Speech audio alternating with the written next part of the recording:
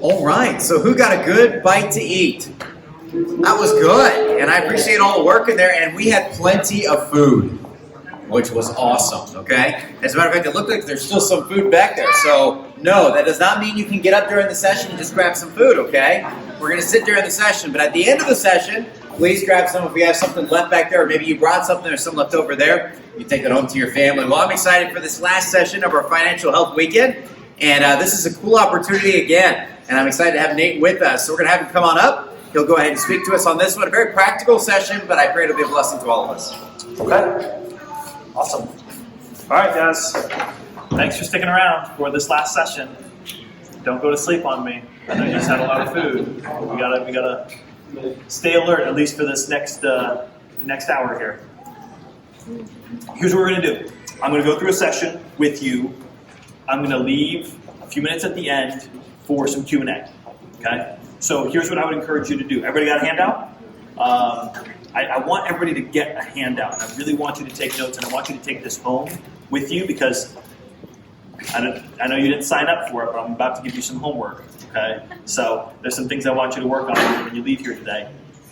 I'm going to leave some time for Q&A.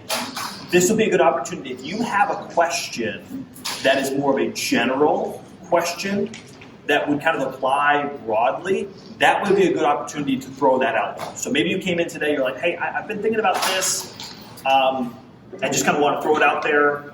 Anything that you're curious about, I want to leave some time for that at the end. If you have like a more specific question, if you've got like an individual question that's like, it's not really, doesn't apply to people broadly, it's just kind of me, I'll stick around afterwards. Like, feel free to come up and talk to me and ask me whatever question you want to. I'll do my best to try to help you, at least point you in the right direction.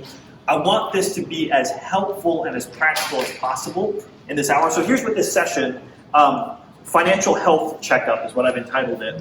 I'm going to use an extended analogy of going to the doctor in this session and kind of compare it to our financial health. This is actually a new session. I've not done this session before, so you all are the guinea pigs on it, okay? Here's what I've tried to do with this session. I'm trying to distill, because my job is to give financial advice and financial planning. That's what I'm doing on a regular basis. As I want to try to distill that process that I go through with people on an individual basis and say, how do I make that sort of a session and just kind of help you walk through that basic outline? Now, keep in mind, if I'm talking to somebody one-on-one, we can get real granular, we can get real specific on actual details. This we have to kind of make it such that it applies broadly and everybody can kind of use the same framework. But I think a lot of times you hear things like you should save X% of your income, or you should only spend this much on your mortgage, or you need to have $1 million in your 401k by retirement, or just stuff like that. And you hear all these rules of thumb, and you say, is that good advice? Is that what I should do? And the answer almost inevitably is, well, it depends. It depends on your circumstance. And really, it depends on what it is you're wanting to do, right? Because if I say, you need to save 10% of your paycheck, well, then the natural question is, so what? For what? Like, you need to have $1 million by the time you retire. Why? So that I can do what exactly, right? So here's the first thing we need to do. And so I encourage you to take notes, and even if you have something that like you want to ask a question about later, you can jot it down there in the handout. First thing, number one here, for our financial health checkup, is we need to get clear about why it is we want to get help. What's the reason for your visit? Okay. So if we're going to the financial doctor's office today, and we want to talk about financial health, what's the first thing you usually do when you go to the doctor? They give you some kind of questionnaire, right? Fill this out. What hurts? And you say, all of it. It all hurts. I don't know. Fix me. Seriously, what brought you in today? What's hurting? What do you want to accomplish? If we could use a different analogy, if you're an athlete going to a trainer and saying, hey, I need a workout regimen. I need a diet. What do you recommend? what's the trainer going to say? Well, what do you want to do? Do you want to run a marathon? Do you want to be a power lifter? Are you playing baseball? Are you playing soccer? Like, all of that makes a big difference in what I'm about to recommend. The types of muscle movements, with strength, cardio, all of that depends on why or what you're trying to do. So here's the question we have to ask ourselves this afternoon. Why do you want to be financially healthy? Because before we can create any kind of roadmap, we need to know what the destination is, right? Do you get out on the highway and say, which way should I go, east or west? Do I need to go north or south? Well, it depends. Where am I trying to go? What is my goal? And so this first section is really, really, really pivotal. We have to develop, and here's what I call it, a statement of financial purpose. A statement of financial purpose. I think every person should write out a statement of financial purpose. What is that? What is a statement of financial purpose? Here's what I want you to write down.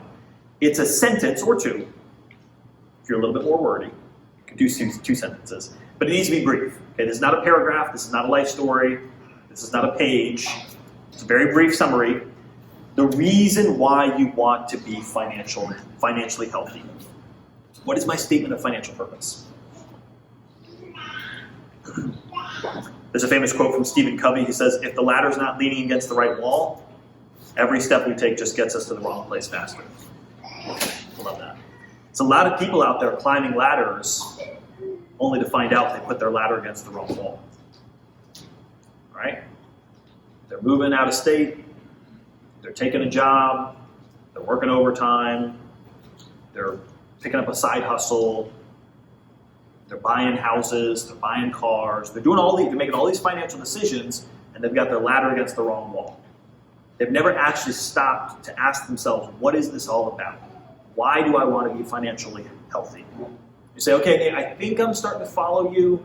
How do I even begin to write something like that, though? Because that sounds like really important, and I really don't want to mess that up. Let me give you some clarifying questions that'll help you in developing a statement of financial purpose. First of all, the first two clarifying questions. What about money is important to you? That's probably my favorite question. What about money is important to you? You say, well, I need money to pay my bills. I need money to live. Okay, but go deeper than that. So that you can do what? What do you want to do with your time? What's an ideal life look like to you? Right? Here's another question. Fast forward 5 years from now. Okay, project out into the future the place that you would love to be, and the place that you say, if I could live this life and do these things with my time and be able to be doing these things, then that's where I would consider myself to be financially healthy. Maybe you have to kind of put it out there a little bit and say, okay, in a few years, what would that look like? All right? What would need to change?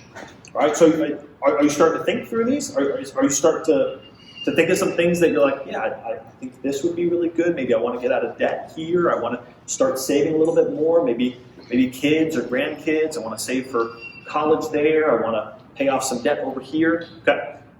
Here, I like this one. Jim Collins' 2010 test. Jim Collins is the author of Good to Great, well-known business book. Here's his 2010 test. What would you do if you had $20 million in the bank? If you had $20 million in the bank, do you have to go to work tomorrow? Not unless you want to. What would that look like? You wake up in the morning, what does your day look like? Do you go fishing? Do you sleep in? Do you go visit family? Do you travel? Do you volunteer? What is it? What would your life look like if you had financial security? Even better question, what would you do if you had 10 years left to live? Probably change some of your decisions, right? Change a little bit of your plans for this next year. And you probably do things like go visit family more. Maybe you'd go travel and see a place that you've always wanted to see, like Israel. So there's another Israel plug. Maybe you would go across the room and talk to that person that you've seen across the aisle that you haven't really gotten to know at church. Like, it would probably change a lot of how you live your life, right? So these are some sample questions to get your mind thinking in this direction. here's what I would encourage you to do. Not right now, because that would be too much pressure to put on you right now. At some point this week, I want you to think through those questions, and I want you to write out your own statement of financial purpose. And maybe it sounds something like, I want to never be a burden to my kids and leave an inheritance. Maybe that's a statement of financial purpose. Maybe it's, I want to spend time with my family and give generously. Maybe, like, the possibilities are endless there, and no two statements of financial purpose are probably going to sound exactly alike, but you got to try to distill it down to a sentence or two. Here's what really matters to me. This is what financial health looks like to me. And once you have that solidified in your mind, it's going to make the rest of this process a lot easier. So number one, develop a statement of financial purpose. Number two, now it's time to measure your vitals. Okay? So you've gone to the doctor's office and said, Doc, I want to get healthy because ABC. I'm worried about my blood pressure. I want to make sure that I live a long, healthy life. I want to run a marathon. I want to whatever, right? Or you're getting clear about, okay, here's why I want to be healthy. Now we've got to see how healthy we are right now, okay? So now once we know where we're going, once we've set in our minds a destination, now we got to get real clear about where we are today. How do things look financially? How's my financial health in this current moment? Now, there's probably a lot of ways to measure this. What I'm going to recommend, just for our purposes in this session, because we have limited time, I want to talk specifically about how you use your income. Your income, think about this, has to go to one of these 5 categories. There are no other options. You're either going to spend it, you're going to pay down debt, you're going to pay taxes, you're going to save for the future, or you're going to give it away. These are our only 5 options. Okay? Every single dollar that comes in income goes to one of these 5. So the first thing you got to do is figure out what's your total income. Now maybe you know that because you have a salary and it's pretty straightforward, but a lot of times you may not. If you're in a job that's more sales oriented, or you're self-employed, or you get bonus or commission, and things are not always exactly spelled out. You may not know exactly, so you need to get that together. But what is your total income, or at least your best reasonable estimate for your total income? And then we need to start looking and saying, okay, well, where is the money going? If it has to go to one of these 5 buckets, how much of my income is going into each bucket, and what does that tell me about my financial health? Okay, just like the doctor's going to, pull out, what do you even call that machine where they check your blood pressure? Is there a name for that? Blood pressure test thing, yeah. They're going to check your cholesterol. He's going to check, He's going to check your vitals, and if something stands out, he's going to say, oh, well, we need to look at this here. Your blood pressure, that doesn't look so great. The cholesterol, and let's address that. Let's see what's going on there. Let's see what we need to do to fix that. Similarly, let's take a look at our financial vitals, and let's see what needs to be addressed. So when it comes to yearly income, if you have a salary, you can use the salary. If you're paid monthly, okay, what's the monthly amount times 12? Okay, that's pretty straightforward. If you're paid hourly, okay, you have to do a little bit more math, but hourly rate, multiply times the number of hours you work per week, times the number of weeks you work per year, but however you need to arrive at, figure out your total income. You write that number at the top. First of all, let's look at savings rate. That pie chart there on the screen, this is just a sample. This is not this is what everybody's percentages should look like. I'm just throwing you out an example of what some of these percentages might look like. The savings rate is pretty straightforward. Yearly savings divided by yearly income, right? Okay, now let's talk what is included in savings. Any contributions to a savings account. You put money in savings down at the bank, college savings account, health savings account, anything like that. If you contribute to a retirement account, 401k, or similar type of Roth IRA, regular IRA, any of those contributions, you include that. Any extra payments on debt. So you have your minimum mortgage payment. If you do an extra payment on that, that should be included as savings. Even though it's not going to savings per se, it is over and above what you need to pay in debt, so you should include that in savings rate. So take all of that, add it all up, see how much that is. So let me give you an example. Okay, what would that look like? Let's say you pay $300 extra a month on your mortgage. You put $200 in a college fund. You put $500 a month in your 401k. If your company matches, include that. Also include it in your compensation.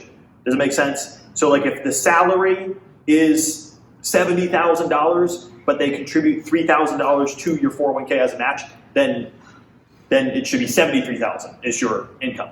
Okay, that right there is $15,000 a year in total savings. If you add that up, now notice I made it very easy for sake of our example. I'm sure yours won't be as clean as all this. But if somebody has $100,000 a year family total household income, and they save $15,000 a year, what's their savings rate? Well, it's 15%. Is everybody following with me how we do this? So this is not a super complicated thing here. So add up the savings, how much is that a year, divided by the total income. There you go. So we're at 15%. Let's move on to number 2. Debt rate. That's your yearly debt payments. Again, divided by your income. So what do we include in our debt rate? Well, we have, of course, mortgage, any student loan, car loan, credit card, any kind of debt, any loan, we include that. Also, just include the minimum required payments. So like I said, if you're doing extra payments on top, include that as part of your savings for this purpose. I would also say include any like medical bills or payment plans. Like if you bought furniture and they're like, oh, we're going to give you 0% for 4 years and you're making payments on it, include that as part of your debt rate. If you have medical bills and you're making payment plans, same thing, because these are obligations that you have to pay, even if you're not paying any interest on them. And so add all those up, that's your debt rate, and then let's look at an example here. So let's say, in this case, let's say they're just real simple. It's $1,800 a month for your mortgage, $283 a month for a car payment. That adds up to $25,000 a year. By the way, when we're talking mortgage, I would say only the principal and interest, not your insurance or taxes. So if you have a mortgage and you're looking, okay, how much of that payment, it's not the full payment, it's just what goes to principal and interest. That's what you should include as part of your debt rate. So in this case, if it's $25,000 a year divided by 100,000, they're at a 25% debt rate. Okay, so are you following with me with how this is going? Okay, number 3. Now let's look at giving rate. Okay, yearly giving divided by total yearly income. Let's look at an example here, or what's included. Contributions to any type of nonprofit. So obviously your church, that's probably going to be first and foremost. But if you give to other, if you give to a homeless shelter, you give to a crisis pregnancy center, or you like things like that, include that in your giving rate. Don't include personal gifts. Okay. Yes, you should get your wife an anniversary present. You should get kids gifts for Christmas, but that's not what we're talking about here. Don't include those things in your giving rate. But if you volunteer and spend money in gas every week driving to and from the same place, I mean, if you want to include that in your giving rate, or if you give groceries, you donate groceries, if you want to include the value of the groceries that you gave, like you can include that in your giving rate. But just understand the purpose here. It's for charitable giving, not just, I'm giving friends and family personal gifts. So here in this example, let's say this person does $700 a month to their church, $100 a month to missions, and then maybe once a year around Christmas time, they give a $400 one-time gift. That adds up to $10,000. That's a 10% giving rate, okay? Now, I want you to do this exercise later. I know you can't do it right here and now. You don't have all of the numbers in front of you. But I want you sometime this week to figure these out for yourself. Don't beat yourself over the head if you can't find every single down to the dollar. You're like, I don't know if my savings rate is 7.7% or 7.5% because, okay, let's not get too hung up on those level of details. But I want you at least as close as possible to figure out what these are for yourself. Number 4, fourth one is tax rate. This is the trickiest one, okay? Because we're measuring yearly taxes divided by yearly income. I'll say this right now. This isn't a measure of all of the taxes that you pay per year, because that would be a really tough one to actually figure out. So this is a little bit of a shorthand approach. So what do we include in tax rate? Federal, state, and local income tax. Do you all have local income tax here in this area? I know in some places, like in Florida we don't, but in Pittsburgh we did, so I don't know. I know you have state income tax. So federal, state, and local income tax, if that's applicable. If you're self-employed, then you have to pay extra towards Social Security, Medicare tax. So you want to include that extra amount as well. don't include sales tax, okay? Don't include property tax. Don't include your regular payroll tax. Like if you work a regular W-2 salary type job, they are taking payroll taxes out of it. I would say just for our purposes, don't try to include that because it starts to muddy the waters and make it just makes it more confusing. So this tax rate, let's give this example here. 6,300, let's say this person does 6,300 federal income taxes, 4,700 state, 1,000 local, 12,000 total, 12% tax rate. Keep in mind, folks, about half of Americans don't pay any federal income tax when it all comes down to it. They file their taxes because you get deductions, standard deductions, you get tax credits. About half of people, when it all works out and comes out in the wash, they don't pay any federal income taxes. So there's a lot of people who their tax rate is 0 or pretty close to 0. Remember, folks, your tax bracket is not the same as how much you actually pay in taxes. Okay, are we clear on that? I come up against this a lot. People say, I'm in the 22% tax bracket. I don't want to make any more money and get to the next tax bracket. Well, that doesn't mean all of your money then gets taxed at the next level. It just means whatever money is in that bracket. Like the first chunk here is at 10%.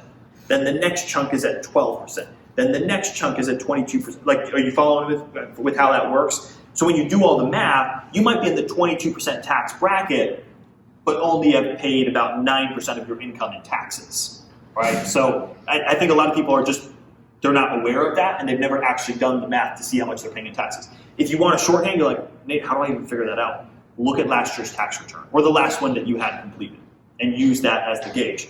Look at your tax return, how much was the total tax bill owed, and there you go. Okay, spending rate number 5, yearly spending divided by yearly income. This one's gonna be a lot easier. This is your living expenses. This is everything excluding debt, savings, giving, taxes. So basically, it's everything that's left over, right? So if you do all the other ones first, spending rate becomes very easy because it's just the remainder. This would include things like monthly bills, insurance, groceries, gas, shopping, vacation, et cetera, all those other things. Whatever is left over ends up being your spending rate. So let's look at this example. Let's say in this case, they're spending $3,167 a month. That's $38,000 a year in total spending for a 38% spending rate. Okay, so once you've had some time to go over those scores, figure out what they are for you, now, number 3, now it's time to score those vital scores. Okay, where do I line up? This is really where the rubber meets the road. And this is very tricky, because it is not a one-size-fits-all, but I'm about to show you that there are some ranges that, if at all possible, you want to try to stay within. Okay, so we've got some ranges up here on the board. Let me be very quick to clarify. You all live in Southern California, one of the most expensive places in the whole country to live. The spending and the debt are probably going to be on the high side for most people. And that's okay. So I don't want you to freak out and be like, oh my goodness, Nate, I'm in the yellow. Oh, I'm in the red in that category. Oh, okay. This is not the same as people that live in Pensacola, Florida. It's not the same as people who live in Oklahoma or someplace where it's very cheap to live. So I understand some of these we have to give a little bit of flexibility. Also consider this. Stage of life makes a big difference. Okay? If you're an empty nester, it's a lot easier for you to save and not spend as much than if you have 3 kids in the house, right? If you are in the prime earning years of your life, it's easier to give more, to save more because the income's higher. If you're kind of in the early stages of your career, not so much because the pay isn't as good. So understand, there is some leeway in all of these and factors you have to consider. So this is not to say everybody must be in the golden ranges, the good or excellent ranges, or else you're terrible at money. But it's rather to say, generally speaking, here's ideally where we would like to see. So does everybody see kind of how that shapes out? The poor, fair, good, excellent for each of these scores, okay? So let's walk through them individually. Savings rate. A poor savings rate would be 5% or less, okay? If that's where you're at, that should be an immediate It's a red flag to say, okay, I need to do better in savings. If you're at 5 to 10%, that's okay. It's fair. 10 to 15%, that would be good. Or 10 to 20% is good. And then 20% or higher is excellent. If you're able to save more than 20% of your income, then good on you, because that's way better than most people. So you say, how much should I be saving, Nate? Well, again, it depends. If you've got kids and you're early in your career and the income's not very high and you live in a very expensive area of the country, well then maybe you should be very happy to be at 10%, okay? But if you are older and the income is good and you don't have kids in the home and you're in an area where it's not very expensive, well then you probably should be closer to 20 then, ideally. Does that make sense? Okay, so it's not like, hey, everybody has to be here or here. You slide it a little bit depending on your circumstances, but these are the general ranges, okay? Number 2, let's look at debt, okay? What's a good debt rate? Well, we've got 40 to 50% would be poor. I will say this, in California, we're really stretching those limits, though. I mean, housing prices, interest rates jumping up like they have. I mean, well, Matt and I, we were talking about that, like just, yikes, it's tough, okay? So you may be in that 40 to 50% range, and if you are, okay, just understand, that's not ideal, but at the same time, when you live in an area like this, sometimes maybe that's the sacrifice that has to be made. Ideally, though, we'd like to be between 25 to 35%. Again, how much of your income is going towards debt? That's mortgage, credit card payments, student loans, like all of those things combined. I know for most people, though, the mortgage is going to be the big one. If you can be below 25% or debt-free, that is huge, as we're about to see. Think about that. Being debt-free opens up for many people a quarter or more of their total income. Think about what you can do with that much more money in your budget. So, number 3, let's talk about giving rate. I would say the low giving rate, this is just my personal ranges, okay? This is not based on some sort of authoritative, this is just kind of how I see it. If it's below 5%, I would say that's low. I would recommend, and I know Christians have different feelings on this, and Pastor Matt, I'm not going to wade into tithing versus grace giving. I'll let you handle that. I think as a Christian, many Christians believe in tithing, 10%. It's something that I've done. But some Christians say, well, tithing, that's Old Testament, it's not for the New Testament. And that's your prerogative if you believe that. But I would say, man, if God has freed us from the Old Testament law, then how much more should we be motivated to want to be generous and not be motivated by, okay, it has to be 10%. So I would say between 5 to 15% would be a good range. I would encourage every Christian to try to shoot for at least 10% of their income. And really, as God blesses you and gives you more capability to do even beyond that, but that's just me. Excellent, I would say, is 15% and above. I've looked at the numbers, though. I've seen this, Pastor Matt. The average giving rate for Christians, 3%. So I think there's a lot of work yet to do. And I'm not saying that was Hillcrest Baptist Church. I didn't look at your giving numbers here before I came. But you know what I'm saying? Like, there's a lot of people that say they believe in being generous, but the reality of their personal finances belies that that's not actually a priority to them. Number 4, tax rate. Okay, I can't really give you ranges for this one. Did you see on the chart, if you're like between 0 to 50 is good? You're like, how is 0 to 50 good? Because it really just depends on your income. Like, it's hard for me to say, like, if your tax rate is 10%, is that good, is it bad? I don't know. It depends on how much money you make and some other factors. It really is going to rise or fall on your level of income. We live in a progressive tax system, meaning the more money you make, the higher rate of tax you pay. So, if you do very well and you make a lot of money, well, then you're going to pay a lot more in taxes. And does that make it a bad rate? No, it is what it is. Also, like I said, 50% of Americans don't actually end up paying federal income taxes. Okay, this is kind of free. I'm just going to throw this out here. I wasn't planning to say this. I think a lot of people get confused when it comes to refund season. They're like, ooh, I got a big refund from the government. That must mean I paid $5,000, $7,000 in taxes. Maybe, but a lot of times, no. Because what happens is, when you report your taxes, you say, I made this much, and then the government says, okay, great, you get to deduct this, this, and this, so then you're left with here. Okay, how much taxes do you owe on what's left over? Okay, that's this number. But then you are eligible for these tax credits over here. Okay, you have kids, child tax credit. Oh, you have earned income and you're below this level, you have earned income tax credit. And oh, you bought an electric vehicle, you have this tax credit. You put solar panels on your house, you have this tax credit. And the tax credits offset the tax liability, but many times if there's money left over, like in other words, if you I owe $4,000 in taxes, but I had $8,000 in tax credits, some of those tax credits are refundable. Meaning, okay, I offset the $4,000 and there's still $4,000 left over, so the government sends me a check for $4,000. I don't pay any taxes and they actually gave me money on top of it. Does that make sense? So a lot of times when you're getting a refund, it's not even a refund, it's like a stimulus payment, okay? And I know that term might carry with a very negative connotation for us these days, but it is kind of essentially how it works. So I'm sorry, I don't really know why I wanted to go down that road, but I did, and so I said that, so there we go. Number 5, spending rate. What is good range for spending rate? This is what's left over. Remember, after we pay debt, save, give, taxes, what are we spending left over? 80 to 100% would definitely be poor. So that means you basically are not doing, you're probably not paying any taxes and you're probably not doing hardly anything else.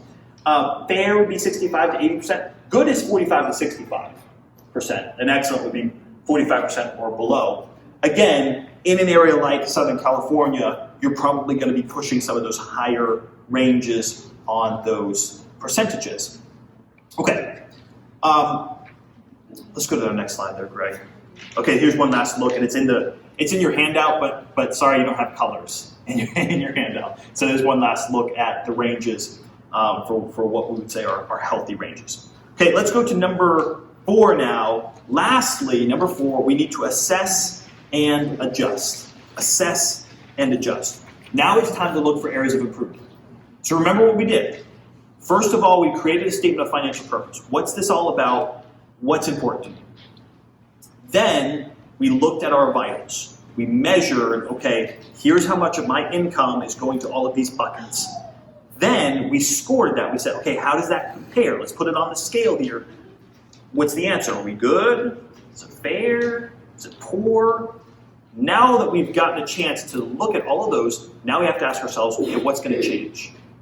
Does anything need to change? Now maybe you'll do this exercise and you're like, good news, I'm in like good or excellent in all the categories. Great. But I would encourage you to go one step further. Here's what I want you to do. Take that statement of financial purpose and compare it to those scores and ask yourself, does this line up? Do the things that I say are important to me, is that how I'm using my money? Or does it tell us a different story? Remember what I said? Or with the passage we looked at, what did Jesus say? Where your treasure is, there will your heart be also. What you spend your money on tells me what's important to you. You know what my dad used to always say? He said, show me your checkbook and I'll show you your priorities. He's a pastor. I turn to preach every Sunday. Show me your checkbook and I'll show you your priorities, all right? So, do we have any teens? A checkbook is, they're like pieces of paper. No, it's like your credit card, your bank account. Show me where you're spending your money. I'll show you what's important to you. And I think what happens a lot of times when people do this exercise, their money tells a story and their statement of financial purpose tells a story, but they're different stories. They say, oh, this is what's important to me, this is what I want to do, but then their money is on all these other things. And so what you have to ask yourself is, okay, if there's some kind of disconnect, which one has to go? Which one's going to change? Am I going to change my spending and my use of money to align up with what I said was important? Or am I going to revise my statement of financial purpose to say, oh, actually, yeah, no, this stuff is what's most important to me, right? And so let's think through these categories. Does my current use of money align with what I say is important to me? Which category should I reduce? Which category should I increase? Does my current spending cause me to reevaluate my statement of financial purpose? So let me give you, in this last section here, some ideas for improving in each of the categories. Okay, so let's say you want to improve your savings rate. Well, first and foremost, I would say automate. Set up automatic contributions. Don't think about it. Don't wait till the end of the month or the end of the quarter or the end of the year to say, do I have money left over to save? No. Set it up ahead of time and make it non-negotiable. First of the month, Boom, $500 goes to the savings account. Every paycheck, money goes to the 401k. 15th of the month, money goes to the kids' college fund. It goes. I don't think about it. I don't question it. It's just part. I treat it like it's a bill, and I automate it. Increase your contributions. Hey, you do if your company offers a match, get the full match. You realize how that works, right? It's an immediate 100% return. If I told you, hey, there's an investment that if you put your money in it tomorrow it's going to double. You're like, great, sign me up. That's what a 401k match is. You put 3% of your pay and they match the 3%. Boom. You've just made an immediate double on your money. So, but beyond that, increase. So it's a great way, especially if it's through the job, it's just automated. Say, I'm going to bump it up from 4% to 5% this year. Next year, I'm going to bump it up from 5% to 6%. And that way, I'm not even going to see it. It's not even going to be a question. It's just going to come out off the top. Use a health savings account. There's a lot I would like to say about health savings account. We don't really have the time. If you have that available to you, that's a great tool to save for medical expenses and get a tax deduction. And then set a target savings percentage. So here's what I mean by this. Sometimes you just you're going to come into money here and there from different sources. Like, oh, I got a bonus here, I worked some overtime, or start a side hustle, and I've got this extra money coming in. I got a raise. Make sure that when that new money comes in, you know how much of it is going to go to savings, right? Because as that extra money comes in, you're going to be like, oh, cool, this is bonus money. So I can just kind of blow this money on whatever. Okay, well, maybe you can do something nice, but before you do that, if your target is 15% savings rate, if that's what you want it to be, then take 15% of that extra money and put it in savings, and then figure out the rest. Do you see what I'm saying when it comes to that? So make sure, because what happens in all of our lives is, for most of us, the income goes up over time, right? In most cases, I know not always, but usually the older you get, as you get into the 40s, 50s, and then kind of closer to retirement, you're reaching your peak earning years, income goes up. And what happens is, as income goes up, here comes our standard of living rising to meet our income. And if we're not careful and not proactive in setting money aside for savings, we'll find ways to spend all that extra money very, very easily. Okay, secondly, ideas for improving your debt rate. If you're trying to pay down debt, I would recommend using the debt avalanche, similar to the debt snowball, but a little bit different. I know debt snowball, many of you are familiar with Dave Ramsey, the debt snowball, good approach. Debt avalanche is a little bit different. Instead of starting with the lowest loan, the smallest loan, start with the loan that has the highest interest rate. So make minimum payments on all of your loans, except the one that has the highest interest rate, probably a credit card if you have credit card debt, because that's 15, 20, 25%. And pay minimum on everything else, scrape together as much money as possible, put it on that one with the high interest, and get that paid off. And then when you do that, take as much as you were paying on that, roll it on to the second highest interest rate, and then get that paid off. Debt avalanche. So I think you guys are following what I'm saying there. Avoid new debt. Okay, again, it's that lifestyle creep, okay? You say, well, we're paying a little bit too much in debt right now, we're trying to get that paid off. Ooh, I got a 10 grand raise at work. I can afford that $400 a month truck payment now. Let's go to the dealership, right? And if you're trying to get out of debt, you're trying to pay down debt, as income increases, try to avoid taking on new debt. Set that money aside in savings and try to pay cash instead. Increase your income. Now, this may sound like Nate, right, make more money. But seriously, if you're trying to get ahead, if you're trying to make improvements, you can't really out-frugal yourself to wealth. Now, there may be people that tell you differently, but I'm just here to tell you folks, it's great if you can cut out the daily cup of coffee, but people that are really, really successful multimillionaires will tell you, I didn't become a millionaire because I cut out daily coffee, okay? They found ways to significantly increase their income. Maybe by starting a side hustle, maybe by going and learning a new skill, by, increasing their skills so that they, got a new certification, so they are available, that they're up for a promotion or a raise, or you've got to think about ways to increase your income capacity. That's the problem. If you're like, I just don't have enough money, or everything's so tight, everything's so expensive, and I'm here, well, you got to think about ways to increase and give yourself a little bit more room. There's probably a lot of things. That could probably be a whole session in and of itself. Fourthly here, consolidate or refinance. Sometimes it's a good idea to consolidate, to bring loans together, to pay a lower interest rate, or to pay things off quicker at a lower or at a faster, a lower term. So number 3, let's talk about some ways to increase giving. Automate, same thing as savings. Okay, if you want to be a giver, make it non-negotiable. Okay, do you guys have online giving? Great, do online giving. Set it up. First of the month, 15th of the month. Like there it is. This is what I give.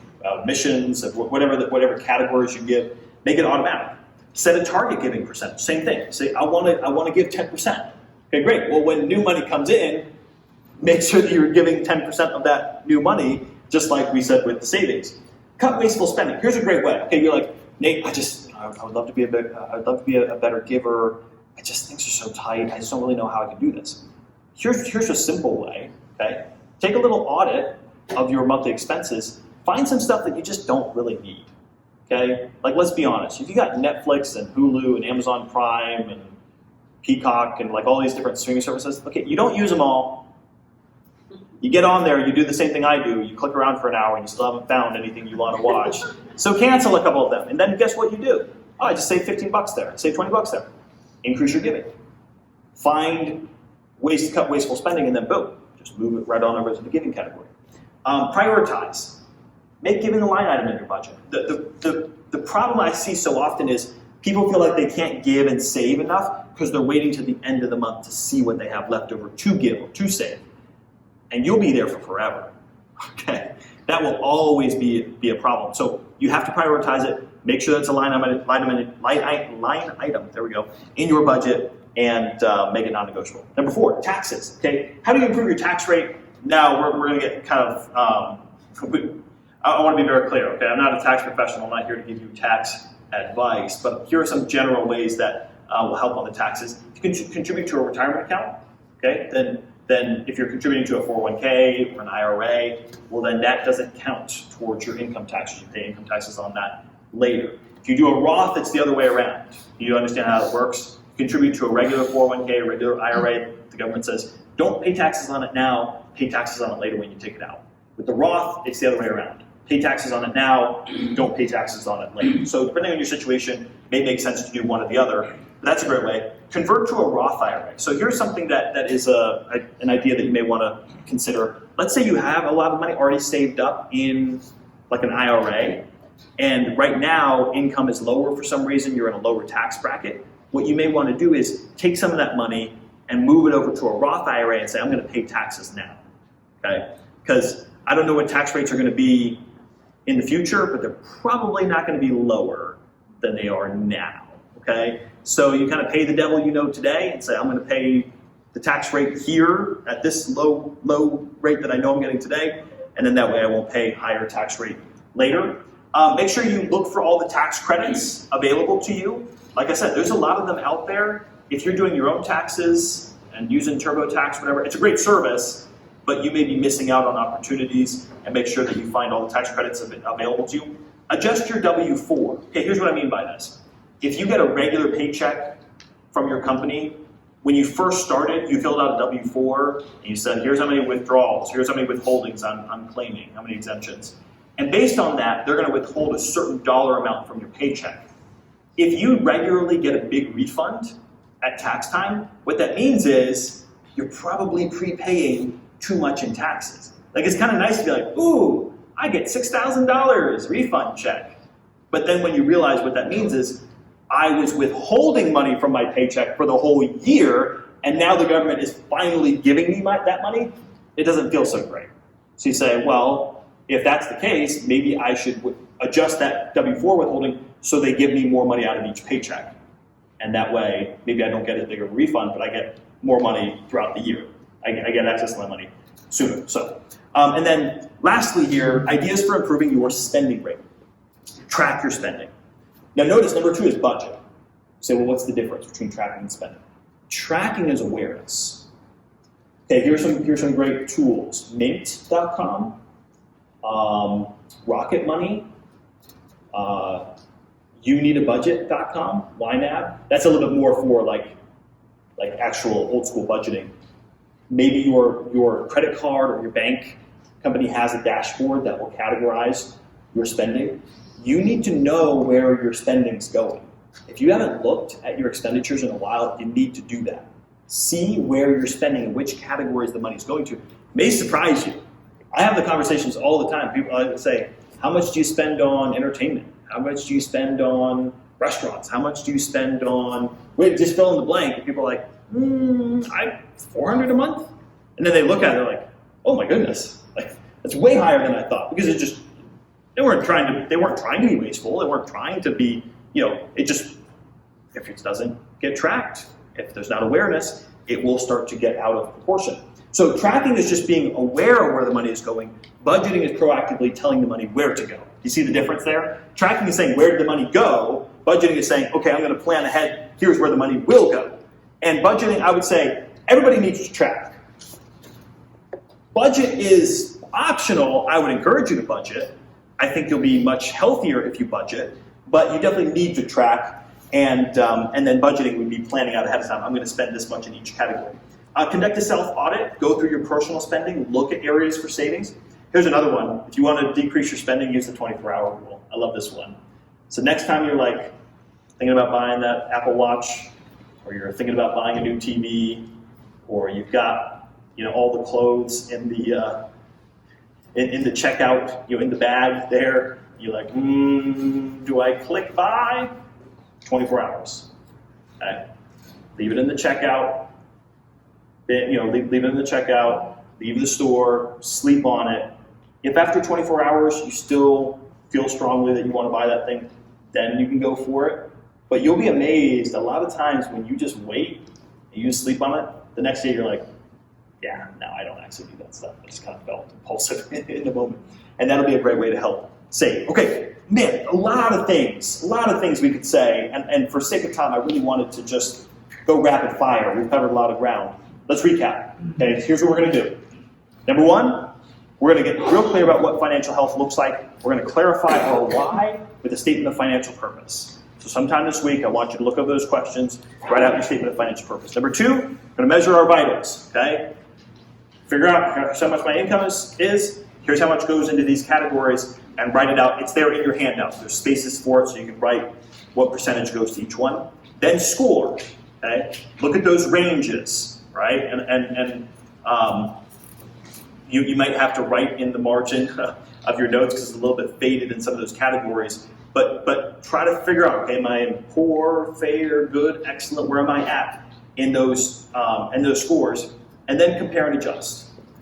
Have an honest conversation with yourself. I would encourage you, if you're married, have a conversation with your spouse. Maybe a little bit uncomfortable, but man, it will be beneficial for you in the long run to say, what should we change?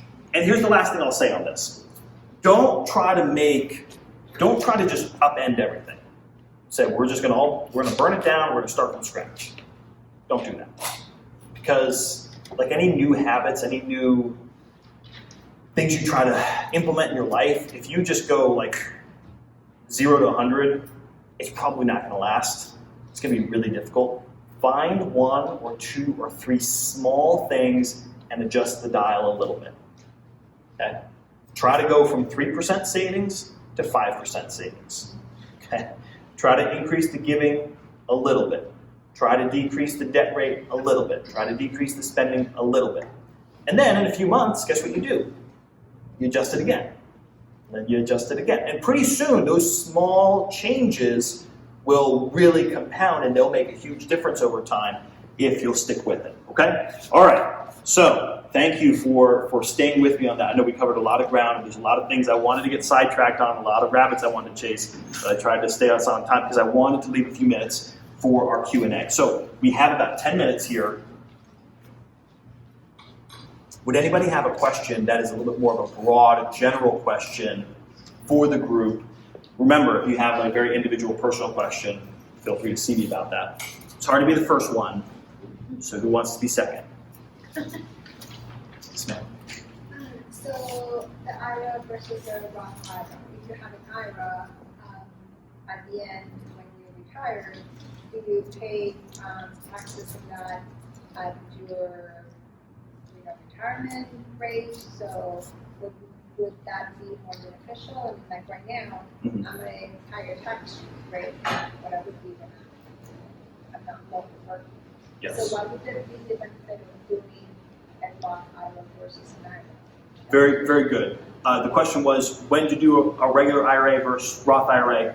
If you're in a higher tax bracket now, but will probably be in a lower tax bracket later when you take the money out, that's probably when it's time to do a regular IRA. Get the tax break now when I'm in a higher tax bracket, pay the taxes later when I'm in a lower one. Roth is the other way around. If I'm in a lower tax bracket now, Roth. Because when I'm in the higher tax bracket later, that's when I want tax-free money. They say, but Nate, how do I know? Well, that's tough. Okay, we don't always know. I wouldn't say it's more of like a good versus better question. They're both good. So if you have a tax professional, they're the ones you're going to want to talk to about that and say, hey, what do you think here? What makes the most sense for me? They're both good. Depending on your situation, one might be better than the other for you. So, good question. Thank you. What else? Yes, ma'am. Is it a good idea to pay off the house? Is it a good idea to pay off the mortgage before retirement or not? Very good question. This is probably one of the questions I get the most. Should I pay off my house? And usually it's should I pay my house first, invest the money. I think a couple years ago it was easier to answer it was a little bit harder to answer this question because if you're paying 3% or less interest on your house, it's really not a huge benefit to get that paid off early, especially when inflation is 7-8%, right? Weirdly, you're actually better off paying 3% interest because everything else is going up much higher than that. Now, though, it's a little bit different. Mortgage rates are now 5 and 6 and even 7% in many cases. And when you look at, okay, what would I do with the money otherwise? Which the alternative would be I would invest it. Well, what can I expect to get for investing? Well, long-term, the stock market has returned between 8 to 11% over long periods of time. Short periods of time could be a lot of possibility over the long term. So if I'm getting a guaranteed 7% return by paying off my 7% mortgage versus, well, maybe I could get 8 or 9%, then it becomes pretty clear, no, pay off the mortgage. But if it's 3%, well, maybe it's better off to invest for the long term, and I'd be better off that way. But here's what I would say. There is not a clear-cut right or wrong answer on this because there is a value to being debt-free that different people place different value on. Okay, so for me, I tend to look at things more mathematically. Just show me the numbers. I just want to do what makes most sense with the math. But I can't put a price tag on what that might mean to you to say, I want to have 0 in payments. I want to be completely debt-free. That's worth something. I just can't really say all the time exactly how much that's worth. So that's where those conversations get a little bit more individual, and we have a little bit more of that in-depth conversation. So, general, to answer your question, the higher your interest rate, the more obvious it becomes, pay that off. The lower the interest rate, the tougher call that becomes versus what is better. Thank you for that question. What else is good? Yes, sir. What's the best way to pay taxes? The joint or just single person? As far as how you file taxes, usually married filing jointly. Not always, though. Like, this is where having a tax professional would really help. I would say probably 95% of the time, married couple, married filing jointly is the better way to go. There are some limited exceptions where people can show you, well, because of this and because of that, it will make sense to file separately. But in general, jointly is usually better. Who else? Yes, ma'am. Do you have a recommendation in regards to, you mentioned the adjusting your W-4 withholdings. Is there like an online calculator or toolbar or something that we could use to kind of plug in our personal information numbers and all that to see what is the recommendation for it? I'm sure there is. I don't know one offhand. Oh, okay. So I wish I could be like, yes, go to w4adjustment.com. I'm sure there is, like with the Google search. But I don't know one offhand. But that would be a great idea, just to kind of play around with it and see. Yep. Yes, sir. Where do you see investing in real estate going to? Oh, yeah, it's a loaded question. Real estate is one of the few categories of investment that have a long-term track record of appreciating in value. But that's what a good investment is. Something that has a long-term track record of appreciating over time. Cars are not a good investment generally because they depreciate over time, right? And there's different things like collectibles and other things, but usually when people think about investing, when it comes to their 401k, it's stocks or bonds. It's usually one of those two. In the last 15 to 20 years, there's been an explosion of interest in investing in real estate. Usually that's in the form of either buying a house and flipping it, fixing it up, reselling it, or renting it out. If you do it well, doing personal rental properties can be a very good investment. But what I always tell people is you have to also consider not just the return on your money, but the return on your hassle. It's a lot of work. It's not passive investing like people say it's passive investing, okay? Now you can set it, you can have a property manager and you can have, but it's a lot of work. And finding deals and searching and staying on top of it, it's pretty cumbersome. So a good real estate investor is usually shooting for a 12% rate of return, which compared to the stock market might be probably a little bit better over the long term. But you have to consider that it is also more risky. It is also more time intensive. And so if you're thinking about getting into real estate investing, I would highly encourage you to do a lot of education and learning ahead of time. I've seen a lot of people get themselves in a world of hurt because they heard from their brother-in-law, they heard from a coworker, oh yeah, I bought this place over here and I rented out for X and it's great because look at this, da da da da da. They're like, cool, I'm gonna do that too. And they find a house and they put the down payment and then all of a sudden they're like, oh, I didn't realize it was gonna be this difficult dealing with tenants. And I didn't realize that I need to think about the cost of maintenance and repairs on this house. And I've seen a lot of people get themselves in a lot of hurt and do worse than that. So is it a good option? Absolutely. But you need to understand that it takes more work, more time, more risk, and more education. So, a good question. I appreciate that. Who else? What questions do we have? Yes, ma'am. In the spirit of diversity, diversifying your money, if you want to, or you already have invested in real estate, what are your other, as a financial advisor, what are your other favorite forms of investment? I think the three best investments would be stocks, real estate, owning your own business. What's the third one? Stocks, real estate, owning your own business. You usually don't think about being self-employed as an investment in the traditional sense. It depends, I suppose, on what you're doing, but historically speaking, when you think about you look at people that have become very wealthy and very successful, what did they invest in? Almost always is one of those three, if not some combination. So stocks are the most passive and easiest. Real estate, it requires some work and some education, but it's not a full-time job, or at least it doesn't have to be a full-time job. Working for yourself, starting a business, requires the most time and effort, but it also has the highest upside potential, right? Because you think about what you can do with the job as far as your rate of return could really eclipse, 8, 10, 12%, but it's a lot more risk, a lot more work, a lot more time. So, yeah, great question. Yes? Follow-up question to your stocks. Mm-hmm. Do you recommend going through a financial advisor, or do you have a E-Trade or something that you would recommend? Yeah. So I always love this question because it's let's ask the financial advisor what he thinks. Do you need a financial advisor? Here, I'll try to be. You do. Yes. I'll try to be as candid and as honest as I can be. Not everybody needs a financial advisor, or financial planner is usually the term I use, but for our purposes, we're talking about the same thing. Not everybody needs one. Okay, there's people I talk to and they're doing great, and it's just keep doing what you're doing. That's probably 10 to 20% of people, though. But here's what a good financial advisor, good financial planner is going to help you to do. It's not just about managing investments. That is a piece of it, but it should be a small piece of it.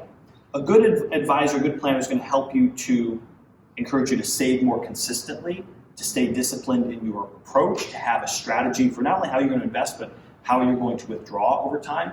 They're going to talk about how you can save on taxes, what type of insurance coverage you need, think about your health coverage. Like, a good advisor is going to be more comprehensive in how they're looking at your total financial picture, not just saying, you give me some money and I'm going to do my thing with it and then you pay me just on this. I mean, you can do that, I suppose, but I feel like you're losing out on 90% of the value that an advisor can and should bring. I would say on the investment side of things, less is more. Like, I do investment management, but my approach is actually very simplistic. I don't believe in market timing or in stock picking. I think that the evidence is overwhelming that those methods almost always lose in the end. So, there's probably a lot more I could say on the investment management, that sort of thing, but that's going to get very much into the weeds. What I would say is, if you're thinking about working with a financial advisor, it makes a lot more sense if you're looking for somebody who's going to help you comprehensively in your finances, not just, hey, I just want to give you some money and you tell me where to put it. That's kind of the extent of it. So, can we do maybe one more question? These are great. We may have one more question here before we wrap up. Yes, ma'am. So, comparing stocks or T-bills, bonds, what are the benefits of bonds? Yes. So the question was T-bills versus stocks, bonds. T-bills are treasury bills, very short-term U.S. government bills, typically less than 2 years. Those are right now paying about 4.5%, 5%, which is great news because they were paying next to nothing for a long time. Here's generally how I would tell people to think of it. The longer you have to invest, the more heavily weighted in stocks you should be, because stocks will do better over the long term. Almost every comparison you can look at shows you that stocks over a long period of time will do better than bonds, and definitely better than treasury bills. But by the way, bonds is just any kind of whether it's government or a corporation that you're lending your money to them and they're paying you a rate of return, an interest rate back. It's a more conservative investment, but doesn't do as well over the long term. So if you have 20, 30, 40 years to invest, should be more in stocks. The closer you are to using that money and actually withdrawing, the more you should be in the conservative investments. So for instance, if I've got somebody who's 30 years old, they're going to be almost all, if not all, in stocks. But if I've got somebody who's 60 and they're getting ready to retire in 2 years, they might have maybe 60% in stocks and about 40% in bonds and treasury bills and more conservative investments. And the older they get, the heavier that concentration gets. Stocks are still good. Bonds are kind of that flotation device. They're kind of the what's the word I'm looking for? Airbag. You know, when things get volatile in the market, they tend to kind of help soften that blow. So it comes down to your time frame for the most part. You know, how long you have until you're going to be withdrawing. So, great questions. Okay, I'm going to stick around. Like I said, if you have more questions, I'm happy to talk. Pastor Matt, I'm going to have to come up and close this out.